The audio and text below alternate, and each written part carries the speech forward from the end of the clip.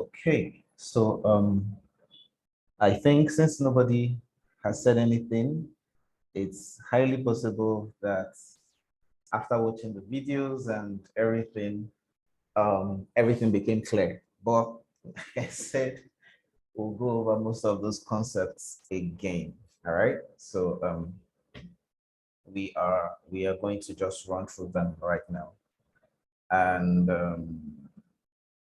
all right, so I'm going to share my screen, and please, once there's something that I do and you think that's not the right way to do it, or you don't like the way I did it, probably is a better way, please feel free to unmute and then just show us what you think. We'll be glad to hear. Like, seriously, we'll be very, very, very, very glad to hear from you. All right.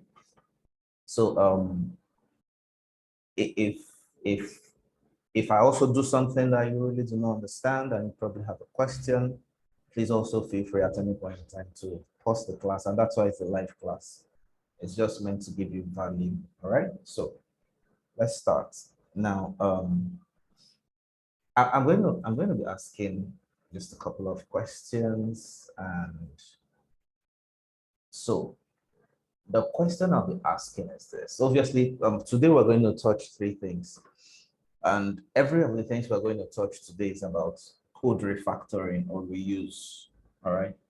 And that's really like the heart of object-oriented programming, because when we create objects, when we create classes, all we're trying to do is we're just trying to write our code in such a way that we can reuse them whenever we have to, you know, create the same kind of program that we are creating.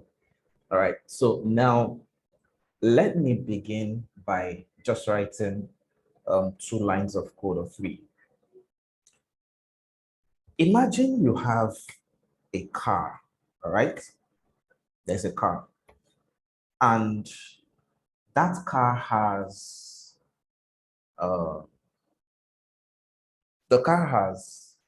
okay, two key methods, all right?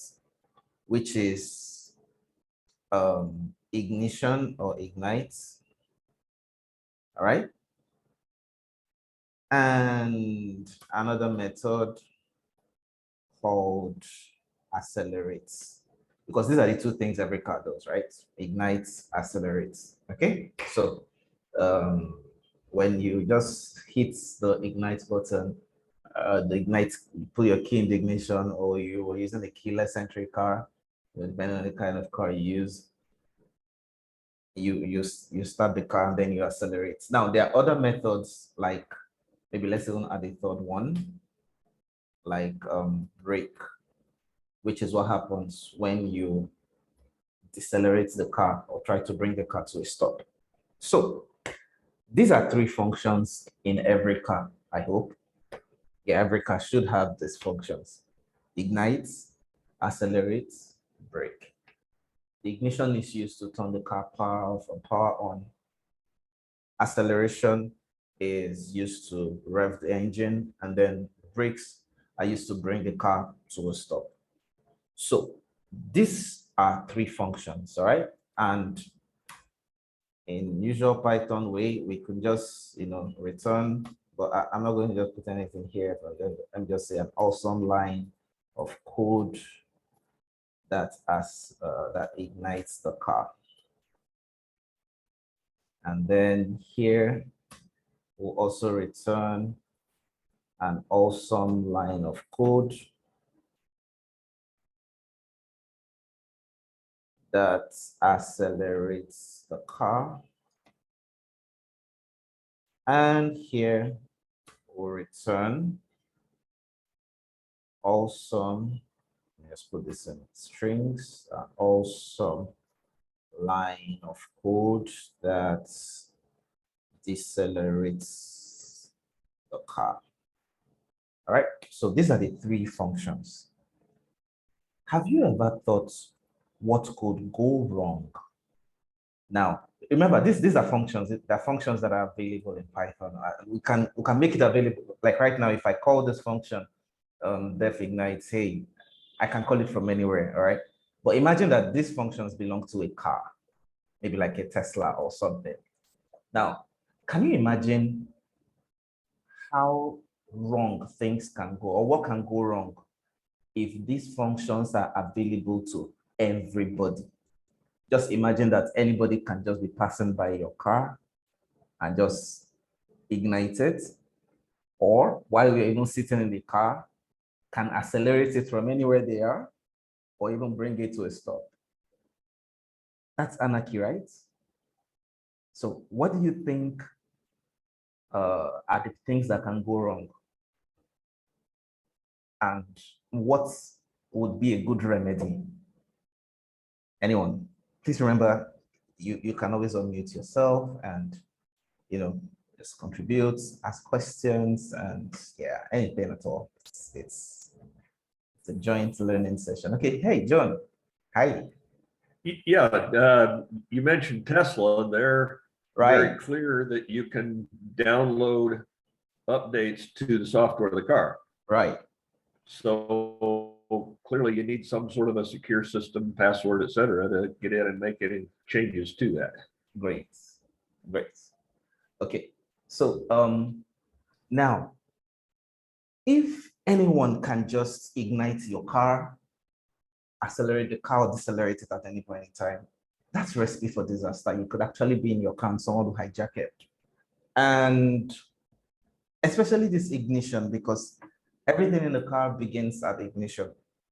So what happens is there has to be some form of access control or some form of, there just has to be some form of responsibility, because the DMV is obviously not going to license a car that doesn't have somebody who is responsible for all of this.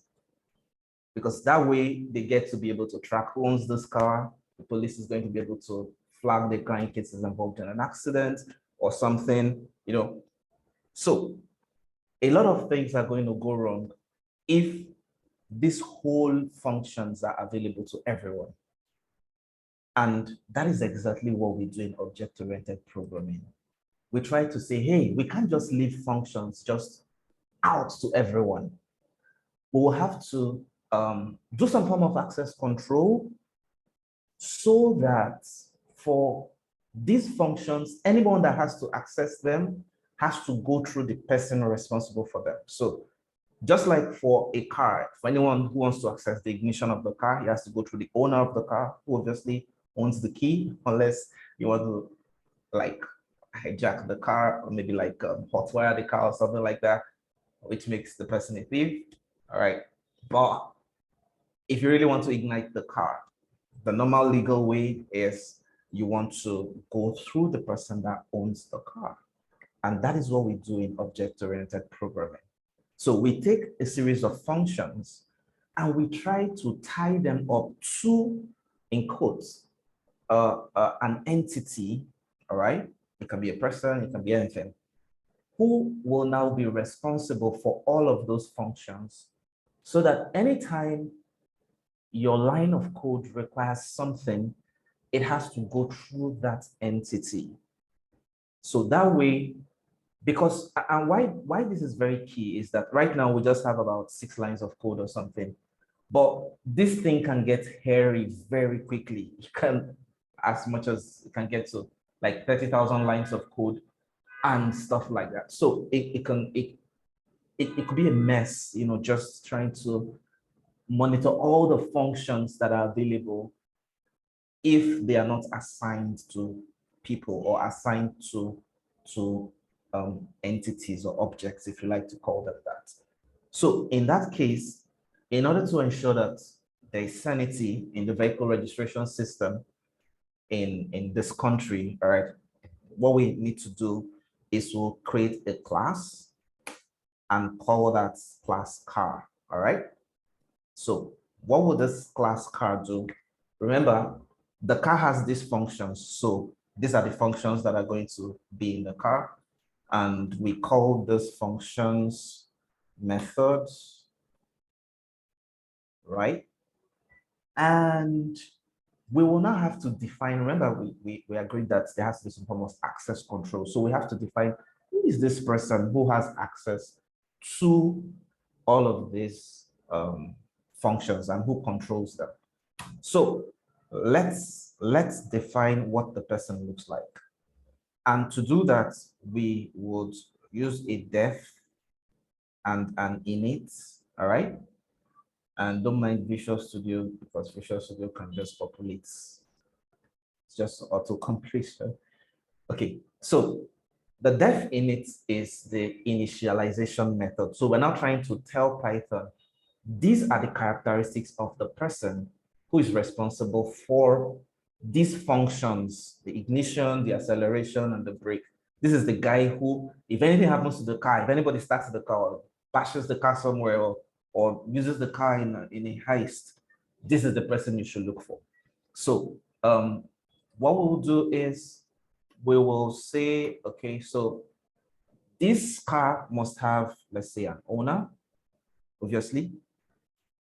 So the owner's name and all of that will be captured there. The car obviously has a brand. And probably let's use just one more because I know this thing can actually balloon to anything. All right. So, but here let's just use year. Would that be year of manufacture or year of model? Okay, let's use year of model. All right. So that's what we are telling Python that, hey, there are three things you must always look out for. And most times when you go to DMV, this is what they're going to ask you for. What's the name, what's the brand of your car, year, the model, and all of that, chassis number, with a lot of parameters that we can get. And this thing can balloon very easily, but let's just stick to three, these three, because it's easier. All right, so now, the next thing we're going to do right now is we are going to tell Python. Remember I told you last week that this self just means that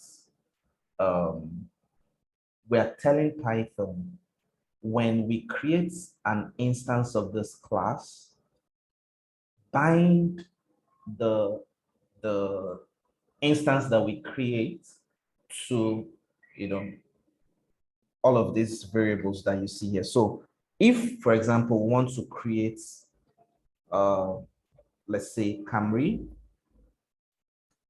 as the car, which is the car that belongs to maybe John or Tima, all right?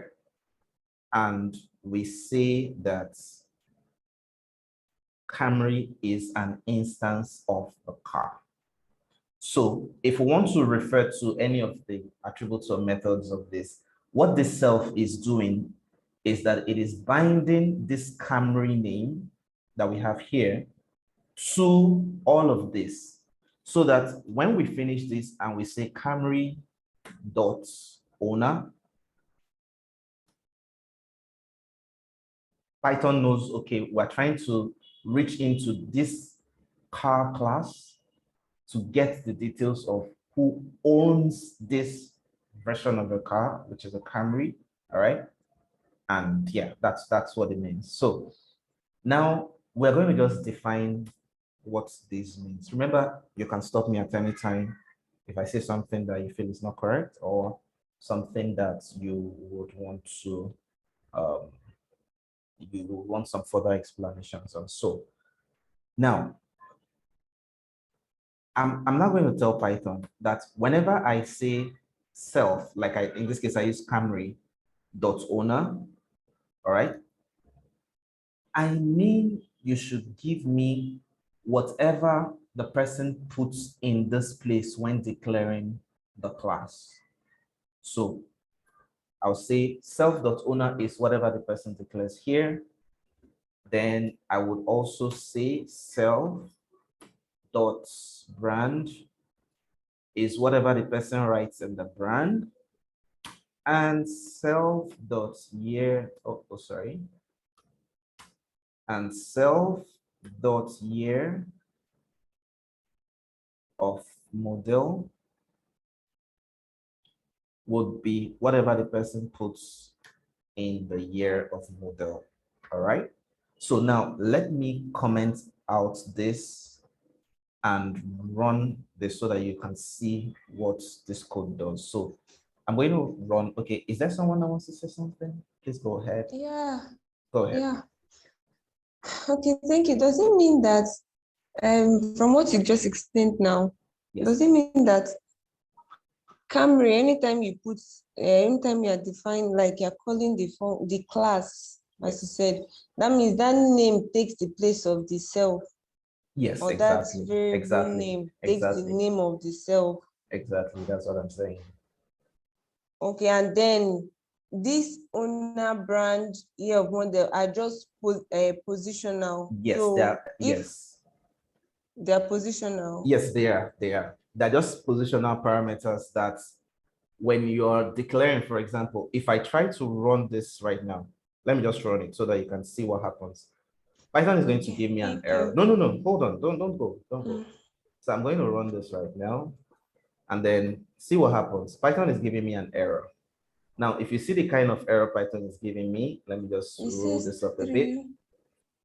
Okay. Oh, So positional. exactly. Oh, wow. Yeah. Okay. Do you understand? Okay. So it's now Okay, telling me, yeah, positional. there are positional arguments and I must supply these three. So Python knows that what I supply first is the variable that is Is assigned as the owner. owner.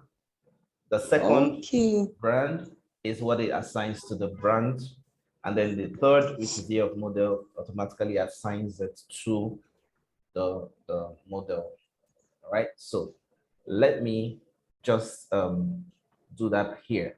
So in this case now, I'm saying the Camry is the Camry belongs to, hey, sounds okay. So yeah, the Camry belongs to let me use Mike. All right. So that's owner. The next thing is the brand, and it's a Toyota. All right. And the third is the year. So because it's a number, I'm going to use 2021. All right. So But I thought in Python, years are in apostrophe, or they're put in. well, it depends on what you do. If you want to apply some mathematical stuff to the year, maybe you want to take this year minus this other year to get maybe someone's age or something, you put them in numbers. Or if you don't want to, maybe it's just like a categorical information, nothing really serious. You can put them in apostrophe. So I could always do this. It will work. But if I needed to calculate maybe somebody's birthday and I needed to remove maybe year of birth from year of current year, then it means I have to leave it as numbers so that I can arrive at the birth dates, right? Okay, so now, um, now when I run this code again, now, you'll see what will happen. So let me run this. Okay, run.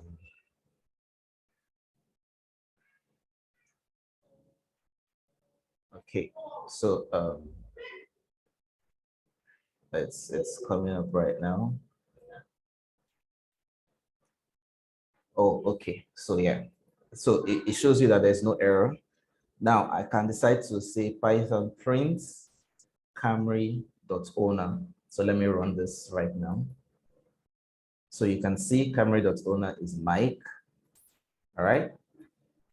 Then I can also tell Python to print me Camry dot year of model. And when I run that code, it brings out the two things I asked Python to print, which are the owner and the year of model. So remember, this is just what object orientation does. So now I can now tell Python that this functions will now be controlled by Mike. How do I go about it? Very simple. I'm just going to put these methods under this, no. Okay. Then I will move this. Don't worry, I'll show you how to deal with that stuff in Visual Studio. Visual Studio could be very annoying when it comes to managing indents. So because all these functions now belong to the class, I have to indent them and make sure that they are on the same line. So yeah. So let me deal with this. So I would go to let's see. Because of this, you can see inconsistent use of tabs, and it was because I had written the functions first, then I started amending the shapes and the tabs and all of that. So to deal with this, what I'll need to do is I'll select this. If you're using Visual Studio Code, Control-Shift-P, it brings out these items for you. And then from there, you choose this convert indentation to tabs, and it should fix that. Okay, it didn't fix this one. Let me do it again. And so Control-Shift-P, convert indentation to tabs. Let me see what's happening here.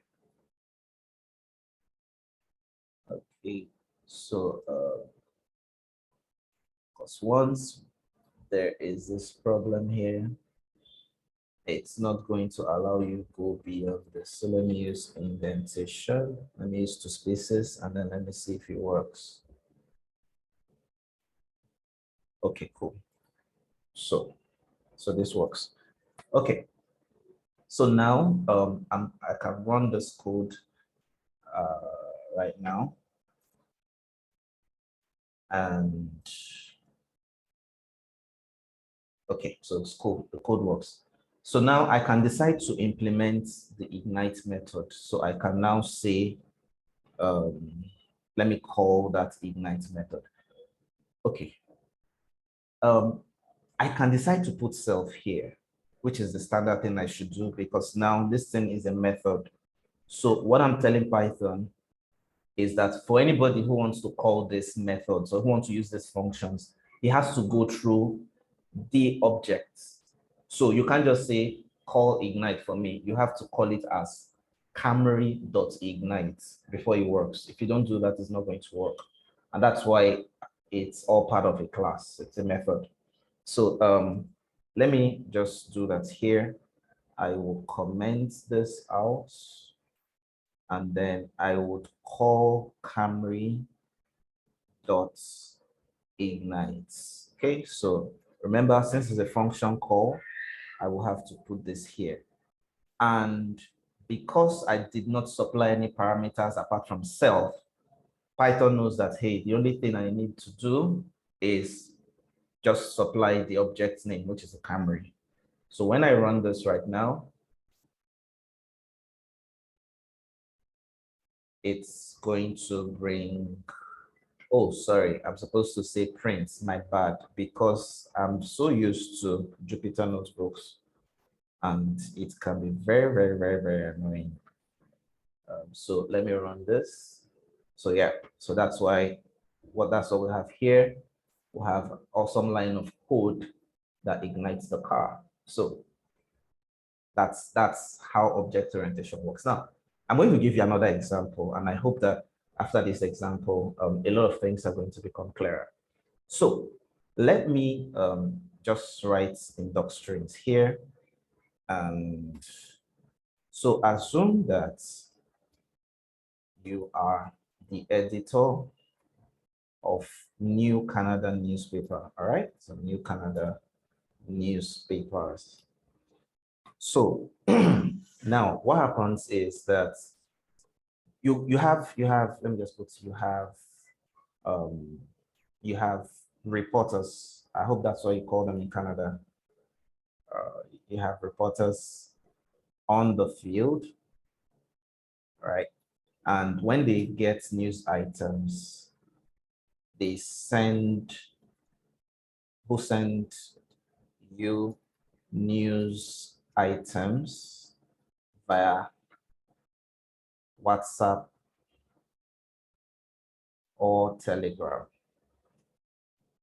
all right? Or even via email, whichever one works for you. So your usual workflow is this.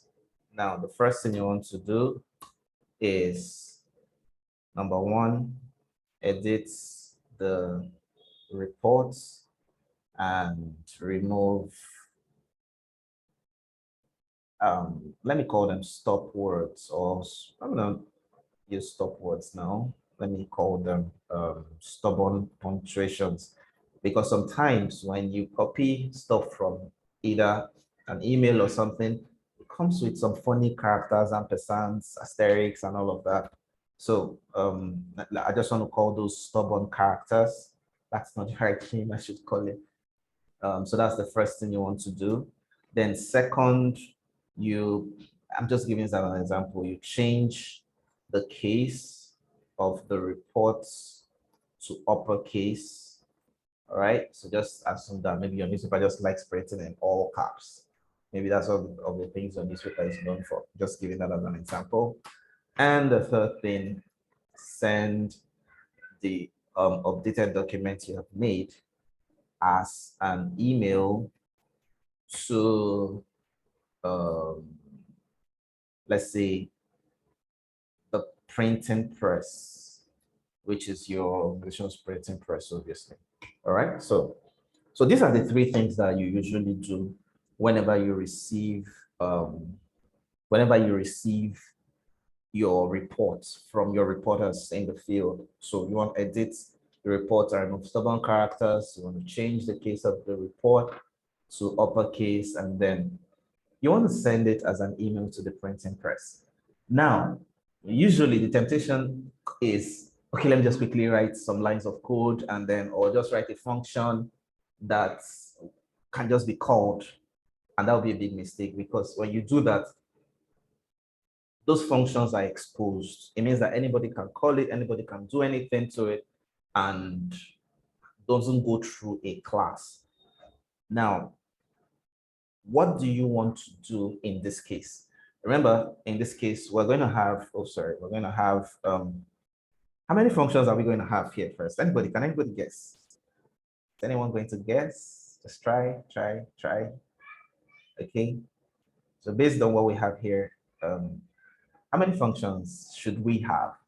Obviously, we have three things, but should we have three functions, or should we have just one function that does the three, or should we have two functions? Does anybody want to try?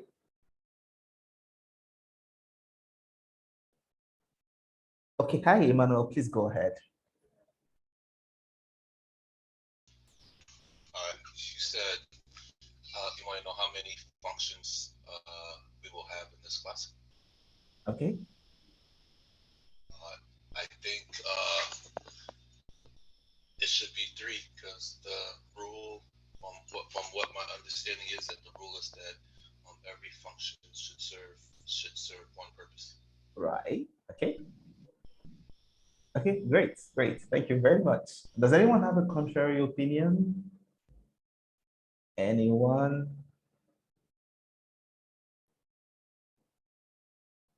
Okay. We didn't hear him, or I didn't No, hear him. he said, Emmanuel said that every line, every function there should have its own, like every step there should have its own function.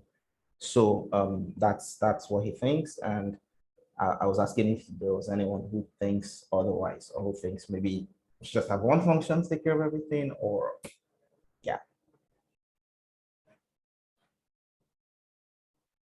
Okay, so now let's do it this way. Okay, so this is what I'm going to do. I'm going to start with the functions first, because obviously the functions are the most important things. They're the most important part of every class you want to write. All right. And remember, the whole essence of creating classes and creating objects and functions and methods and all of that is to aid code reusability, because as long as this code remains, I don't need to rewrite it again. All I just need to do is package it in a module, which I'm going to show you how to do much later today, if we have the time, also maybe next week. All I just need to do is to package it in a module like NumPy or Pandas or any of these modules that you work with, and I just share it. So at every point in time, nobody needs to come back and start the code from scratch. Everything is just fixed. All you need to do is just to supply the object name, create the instance, and we're good to go. So this is what I'm going to do. Let me create the functions first, or the methods if you like, because once the function belongs to a class, it's called a method. So let me create the methods. Now, the first method I'm going to create is the method that edits the reports. Okay, so let me just pretend, to make this example very simple, that the report is captured in a variable called sentence, all right, and which is a string. So let me just use this as an example. The architect from New Brunswick, because like I told you, there'll be some crazy characters, you know, especially HTML. I don't know why HTML does that sometimes. If you try to copy from an email or some other web-based document into another, maybe WhatsApp or Microsoft Word. So the architect from New Brunswick dialed emergency services, and the response was, let me say the response time was 10 minutes. Okay, so just something very funny, all right? So this is what, let me just assume that this is the report. It could be longer than this. And there are a lot of ways that you can take in sentences, or you can, but let me not just go into that right now so that I can remain focused. Please remain focused, focus. Okay, so now what I'm going to do is this. I'm going to now create the first function, which is this, that edits the report. I remember we've just received the whole report, so this is a report, all right? And removes the stubborn characters. So let's call this function def stubborn character removal, or remover if you like. Okay, and it's going to take self, obviously, so that when somebody just calls, it has to call the name of the object and dot the method. So then I am going to put a colon here.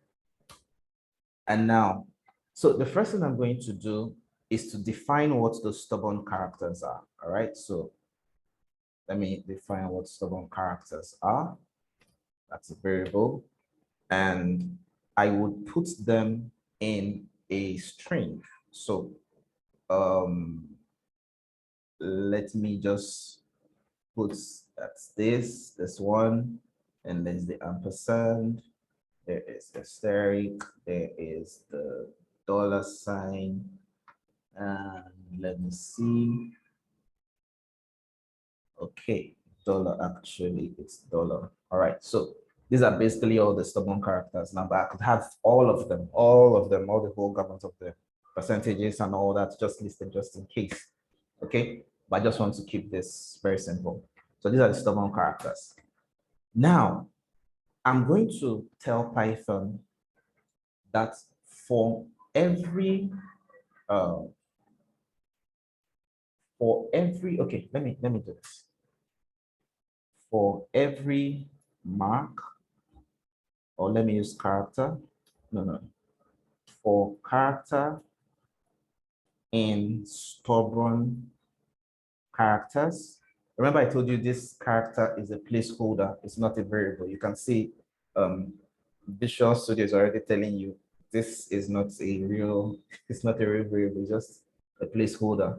So for character in stubborn characters, what this means is I'm just telling Python, loop through all of this, through every character here. And why I'm doing that is because, okay, let me just do this. Let me copy this out here so that I'll explain why I have to use a string. So I'm just going to comment this out. Okay, so now let me run this stubborn characters. So I'm just going to try to get the first item in stubborn characters, which is index 0. All right, that's since that's how we index objects in Python. So when I run the code, you would see oh sorry, print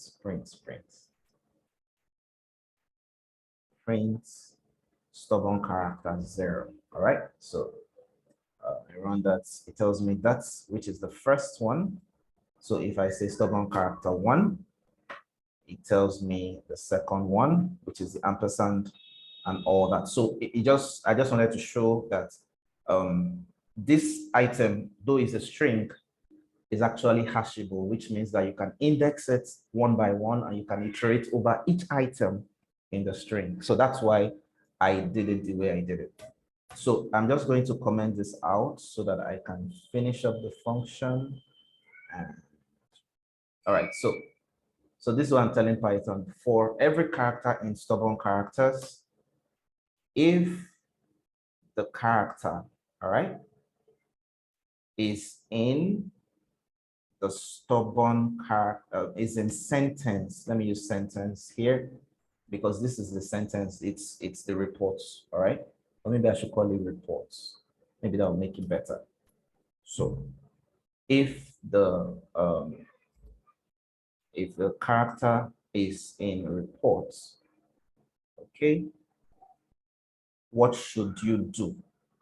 Now, I can say if character is in reports, then I would say character dot replace. Now, okay, let me put it this way. Reports would now be equal to reports will be equal to, let me use reports here. All right. Dot replace. And what are they going to replace? No, it's not giving me, let me see. This is reports. So reports is here. Dots. What are the methods that are available? Okay, there's a problem. I did not, just a second, I've been playing around with this method, so I don't even know which one I've mixed. So this is the report, stubborn characters. This is a stubborn. Okay, so let me just add the R here.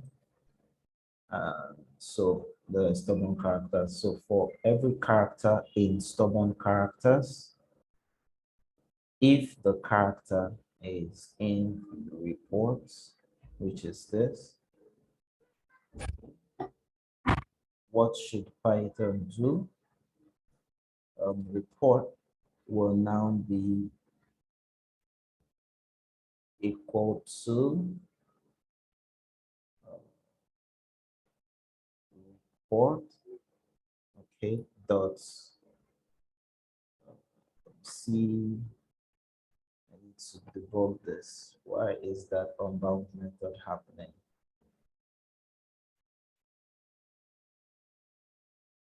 Character is stubborn character.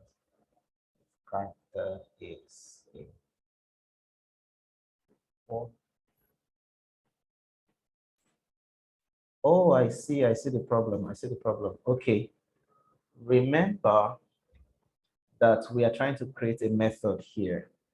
So there has to be something that's okay, yeah. So remember, one of the parameters we have to create for the method is the one that will receive this report inside of this place. So let me call that, let me call it a text, all right? So that's the parameter that will receive the reports inside of here. Don't worry, when I run it, you understand what I just did. So, so Sorry, yes, excuse, please. is this under the class? Is this Yes. function going we're to- defining under class? Yes, I'm going to put it under a class, but I'm just defining the function first, all right? So I've not done anything about the class. It's the first function that I'm working on here, this first one. So we've not put it inside the class. I'm going to put it inside the class when I finish defining the functions and I test them and they work the way I want them to work. So I'm now going to put them in the class. So how will the self and the text work? not to worry. Let me, Okay. what you raised a valid point. So let me just delete that. Okay, so let me make the function work now. And I will have, okay, so the stubborn character remover, which is going to receive a text, all right, which can be a report, it can be an Excel file, it can be anything. And then stubborn characters is this. So for character in stubborn characters, if character is in text, so let me use text here, which is the placeholder. Remember, any parameter you put inside of here is just a placeholder. All right. So the value of that text, whatever text it is, it can be this same report, it can be anything, will now be text dot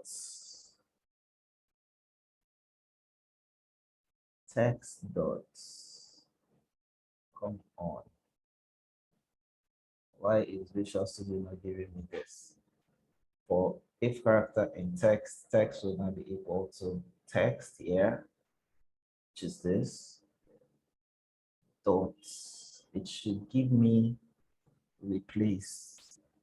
Okay, I don't know why I didn't bring that out, but it should have given me replace option, because that's how I'm going to know that it's accepting this stuff that I'm putting here. And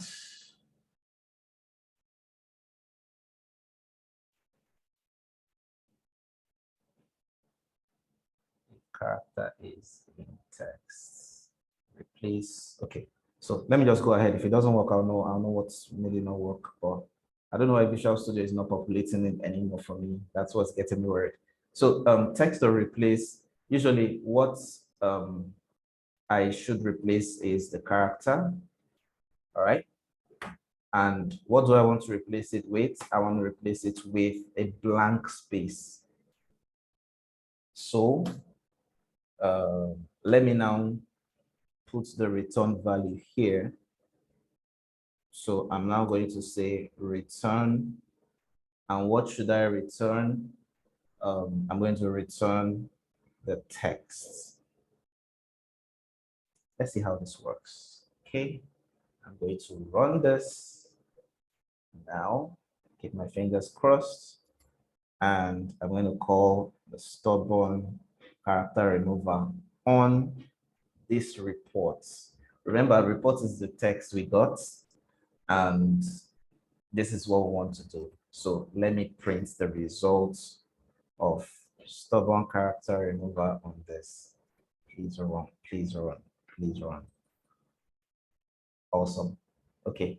So I don't know why Visual Studio refused to give me the code. That's why I was worried that why is it not Yeah, giving you me- were afraid. Now I was just worried because I mean it's I know the code was correct because I mean text don't replace the code I write every time, but I was just wondering why it wasn't giving it to me. Okay, so in this case now, the architect from New Brunswick dialed emergency services and the response time was 10 minutes. So you can see that it has removed all of those very, very funny characters. And we can, the next thing says, change the case of the report to uppercase. Now, this could as well demand we write another function that takes in this function, all right, that we just called here stubborn character remover, and returns the uppercase of it. But instead of writing another function for it, why not we just add the upper method here and chain it to this? So by the time we run this right now, you would notice that it gives us the uppercase. I guess you can say it right here. So it just takes care of the second line of code without us having to write another different function. All right. So then the third, we'll see. Let me see the third. The third is send an email. Obviously, we cannot add all of that inside this function because it's going to make the function blow up. And then it's going to probably add one or two redundancies. So we're going to create another function here, and we're going to call that email sender. All right. So, and that email sender will take two parameters, right? Okay. So once the name of the person the email is going to be sent to. Okay. So let's say the parameters it's going to take will be email address, and it should also take the results of this. All right, the results of this. So I'm just going to, just for example purposes, I'm just going to put edited text. All right, which obviously is this one that has been edited and all of that. So that's what it's going to take. All right, and then what I'm going to do next is, now this is where I'm supposed to write the email configuration. So I have to import the email library, the email module, do all the configurations of the SMTP and the IMAP and all of that. But I'm not going to do that today because of time. So, but subsequently, maybe next week, we're going to look at a lot of these modules and see how they work. But let me just pretend that this one just returns a string. All right, email sent to head of or press. Okay, so email sent to head of press of. Okay, I think someone has a question. Where can you get the source code? Okay, I'll send it to you. I'll send it to you, man. I'll put it up on because I'm working on Collab. I'm not working on Collab. I did not put the link, but as soon as I'm done with this, I will post it before the class ends on Collab, and I'll send you the source code. But probably I'm going to send you the source file itself on Zoom here, so that, and then I also host it on Google Drive because that way it's faster. There are some things that I really do not like doing on Collab because it can be very clumsy, especially when it has to do with building classes and all of that. Sometimes Collab can be very clumsy. All right, so I'll just, okay, email sent to head of press plus, and okay, let me just put it there. And the body is, I just wanted to show you something, a very important trick. I want to take this value that is returned here and add it to what I have here. Okay, yeah, Emmanuel, I'm going to send all of that. I'm going to put all the links right now. But if you have access to our YouTube, every day we'll finish a class like this, I put up the links to download the code, and yeah, it's on the YouTube, the description of the video. You'll get all of that. Amazing. Thank you so much for that reminder. It was very key. Thank you. So just to stay on that same topic for a second, sorry to interrupt you there, but is there a way to do that live? I mean, I can watch what you're typing on Zoom. Okay. But is there a way to get the code that you're printing live, so that, because I spend too much time trying to type it in on my Jupyter, okay, and miss some of the comments that you make. Okay, so let me just copy the code that I just typed right now and paste it on the chat. Would that work? Oh, that'd be great. Okay. Sorry, I thought by the time you put the link, if we have access to the Collab or the Jupyter Notebook, can't we copy from there? You can, but some people want to work as I work, so it's good. It's very good. Let me copy this, and I will paste it here. Is it not okay? Okay, don't worry, you'll be fine. So yeah, that's the code is in the chat. You can just copy it and work with me. All right. Okay, so yeah, now let me go back to that place here. So I wanted to show you how you can call a particular method. It's as easy as just putting the method name, which is stubborn character remover, and supplying the parameters. All right. So let's just put that in a class right now so that I can now finalize the whole stuff. So I'm just going to delete this because it will change when I put it in a class. The moment I put it in a class, I can't just call it stubborn character remover. I have to now use class name dot stubborn character remover. So let me do that right here. Now let me call the class, let me use a small letter. So class editor. All right, I'm just call that editor just for the sake of the class. Okay, so what this does is I'm just going to put a doc string here to say this helps ensure that the document is processed and sent by email. So with that, I think that should be enough doc string. So I'm just going to go to the next line to define the attributes of this editorial class. So obviously, the person, let me just use the init method here, def init. I hate it when Visual Studio does this. I did not send you to do this. Okay, so def init self. So let's put the editor's name. So editor name, that's the person responsible for all of these functions. Remember, that's what I told you about the car, whoever is responsible for maintaining all the functions, that's who we have their attributes in the init code. All right, so self, the editor name, and let me also put the dates of the publication date, right? Just use, or even the volume number or anything. There are a lot of things, a lot of attributes that we could use. But let's just stick to like 2 for now. So let me use publication dates. Let me use pub dates. All right. So these are the 2 things that we're going to have here. And we are going to tell Python that when we create an object and call self.editor underscore name, it should bring out whatever value was supplied under editor name. And when we call self.publication dates, again, it should take whatever was positioned, remember positional arguments, on the publication dates, right? And then we begin. So remember, we have to indent this. I'm going to make the indents. Just going to do a tab by. Okay, so yeah, so there are no errors, everything works.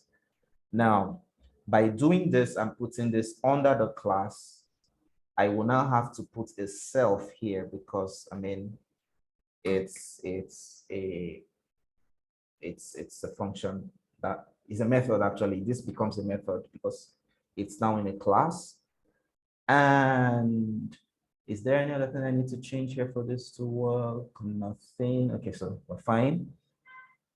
Then the next thing I'm going to do here is I'm going to now say this plus read self dot stubborn character remover. There's no self in the email sender. Oh yeah, okay. Thank you. All right.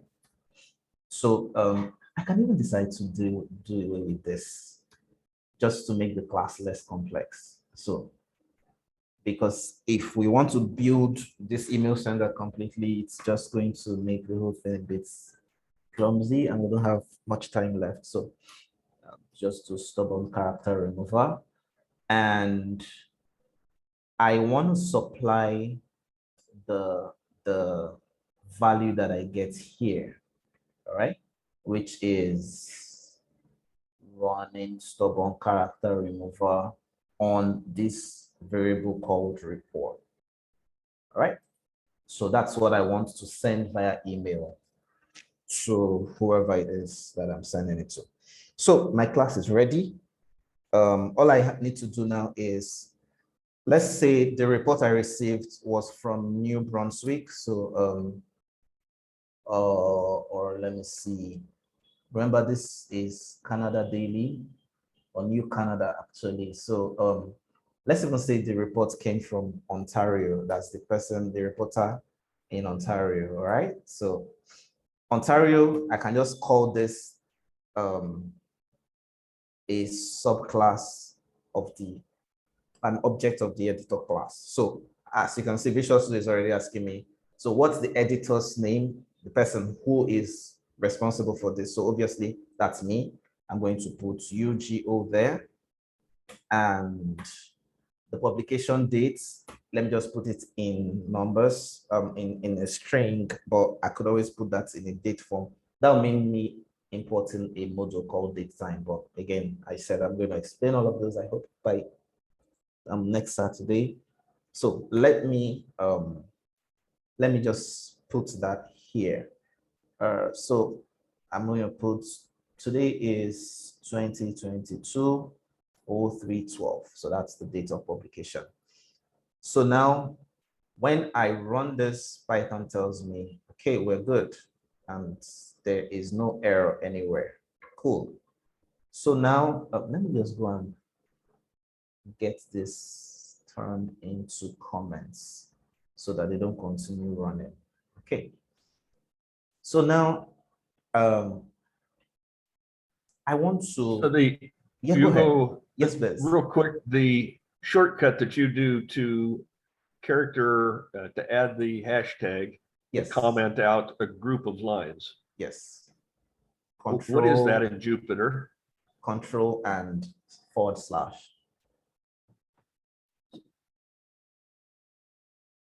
So when you press, when you press both, did it work? It's just so much easier. Yeah, thank you. Okay, great. Okay, so so now what I'm going to do is, since I've created Ontario as like this class, the next thing I'm going to do is, okay, so this is the report we've received from Ontario, all right? And I'm now going to call the stubborn character remover on this Ontario.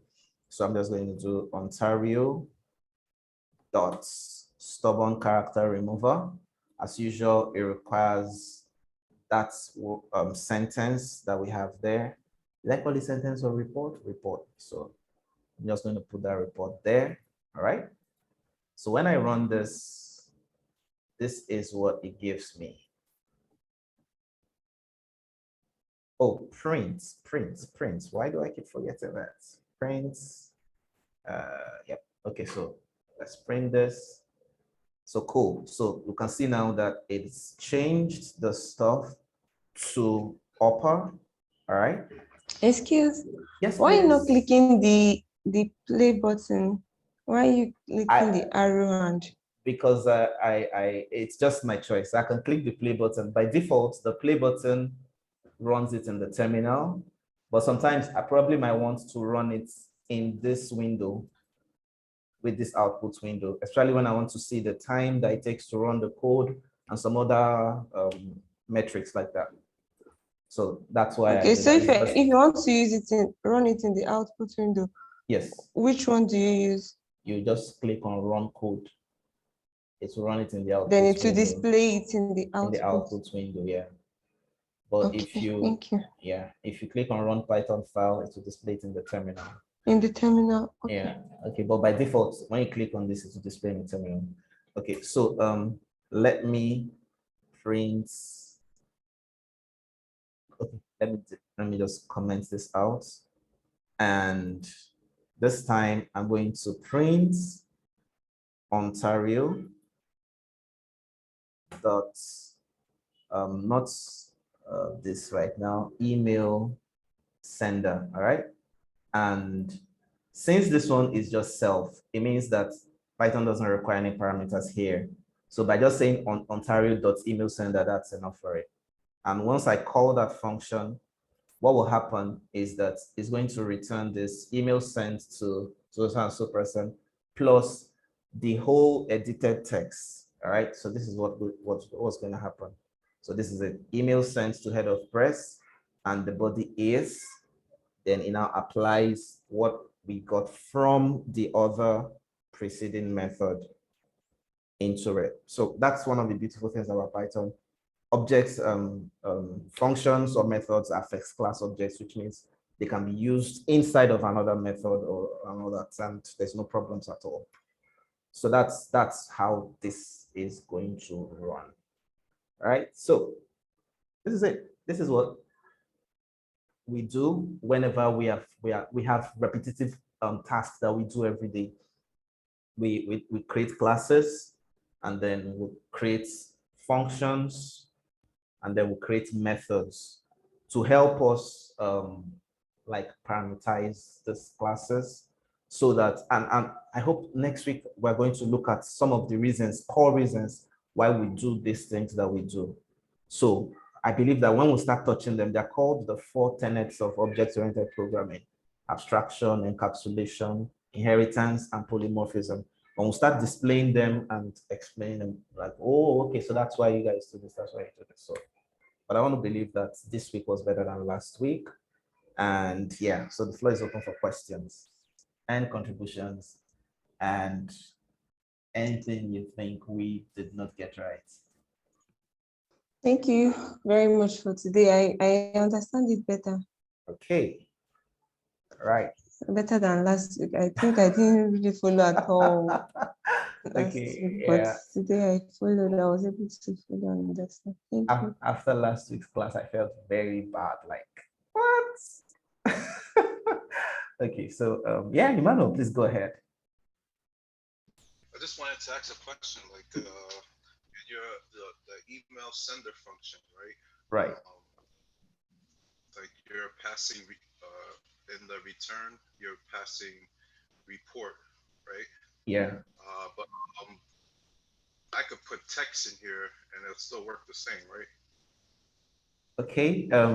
Why it might not work is that, remember, if you look, Visual Studio is telling you that it's not defined.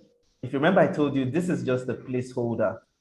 When you're defining a function, yeah. Actually, yeah. Sorry, what I meant to say was because I'm trying to figure out, like, you know, like if this is a method within the class, right? Right. Then the argument in the stubborn character remover is not always gonna find report. But if I run the stubborn function right before the return and then pass it as a variable into where it says self stubborn or pass the variable into the return of email sender, that would work also, right? That should work. We could try it. I mean, there's no harm in trying it. But my worry about declaring variables inside of functions that are methods, right, inside of the class, is that sometimes, like, you see these stubborn characters. Let me put that here outside of it. Remember, this is a variable, all right? This is a variable, stubborn characters. Now, let me try to call it here. Let's see how Python. Do you notice that Python doesn't even recognize it? Well, what I meant, I'll send you what I meant. Like if I meant that if I did it this way. Yeah. Okay, let me see. Text equals self a stubborn character, remove the text. Okay. And return F. like that's what I'm trying to figure out, like, because like in this function we're not always going to know that report. Yeah, This yeah. this global variable is going to be report all the time, right? So Yeah, like if I run this, if I run the stubborn character remover it function, will and then work. It will work. It will work. it should work, right? Okay. Yes, it should So work. but I'm trying to figure out like what would I put inside the argument of the stubborn character remover in order to make it like that's what I was trying to figure But out. the only snag you're going to have in this code you sent me is that you would need to add the text inside of the self, just beside the self. Sorry. Yeah. So Um, so you need to have it just beside the self. So it will look something like this. Let me just copy it and paste it for you. And it will look something like this. Self text. Yep. If not, Python will not know what to do with that variable called text because it will just be a loose hanging variable that is not really, yeah, that's yeah, what I yeah, was missing. yeah, Okay, thanks. right. So, but Ugo, there's, please, okay, could you copy what he sent and place in your VS Code and let's run it? Because I don't okay, understand what's the F doing beside the return and all. okay. So let me just copy that right now. And Thank you. this F is a format. That was one of the first things that we did earlier, string formatting, all right? Okay, are you there? Yeah, I can't remember it. Is it on this Like OP? seriously? No, it's not OP now. It's oh, okay. So let me just let me comment this out, all of this, and let me just show you what that does. Okay. So let's say we have a string, all right? Let's say we have, I want to print, let me call this variable. No, I'm not use variable. Let me just use text. Okay, so let me say text is uh, I am, let me say 50, no. Okay, let me use age, all right? Age, okay? So let me say age is equal to 50, all right? Now, let me put this in a string so that it makes it work. So now I can want to print out stuff like this, a text to say, I am, I want to put this 50 here, all right? Years old, all right? So how do I do this? That's what this thing does.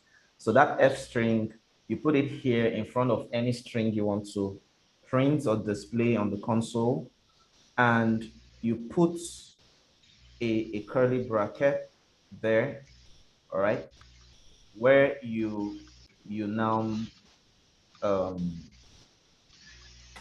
where you now state what you want to replace it with. And let me use some people do this. I am this age old, and when you print it, when you run this now, what will happen is it's going to print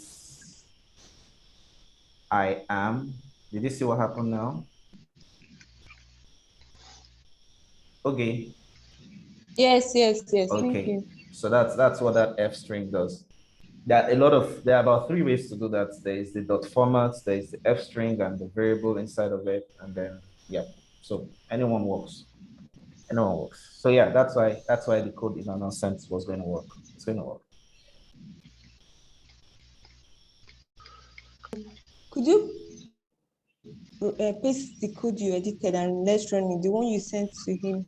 I want to do that right now, but I just looked Okay, at the thank time. you. It's 3:46. Okay, and you know the drill. Tom uses this for classes, so we have to make sure that we have attended to all questions. And yeah, okay, so Emmanuel sent another code. They will send the self-text. Okay.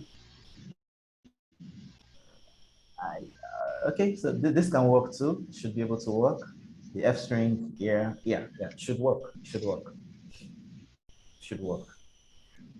Okay, so what I'm going to do, I'm going to copy out this code, and okay, I'm just going to send the Visual Studio file. You know what? Let me just do that right away. So let me. Okay, so this is where we started. Okay, so let me delete everything that is not part of what we did. And let me delete all of this. So this is where we started. So I'm just going to oh, come on. This should go. Comment this out. And sorry. Oh, come on. Where are you, edits? Since this is just, there used to be a shortcut, Control KC, and you could use that to uncomment a particular line of code, Control K, great, yeah. So that it still works. I thought when they updated Visual Studio, they removed it. Control K and U to uncomment a large line of code, and then Control K and C. So comment a large block of code. Okay, so let me, this is built-in modules.py. Where is the one that's giving an error? Stubborn characters is not defined. Where is that?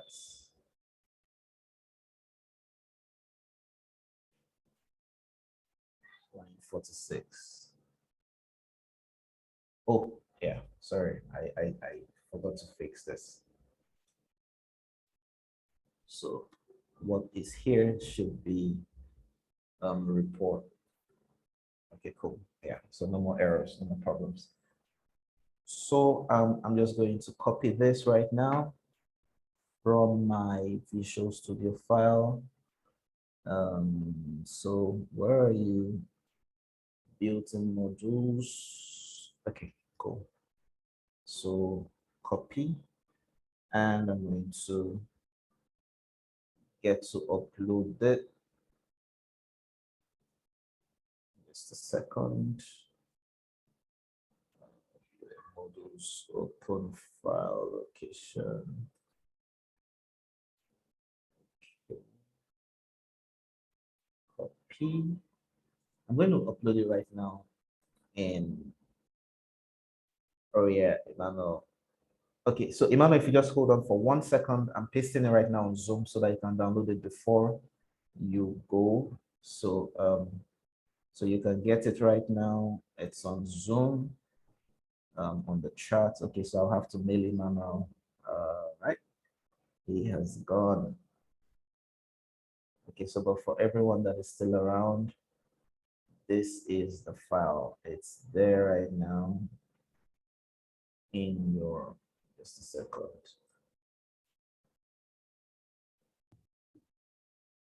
So it's there right now in your charts. So you can download it, and I'll also make the link available in the video, the YouTube, in our YouTube channel. So you would always see the link to download, and I'll also put it on Slack so that you can always get to download. All right. So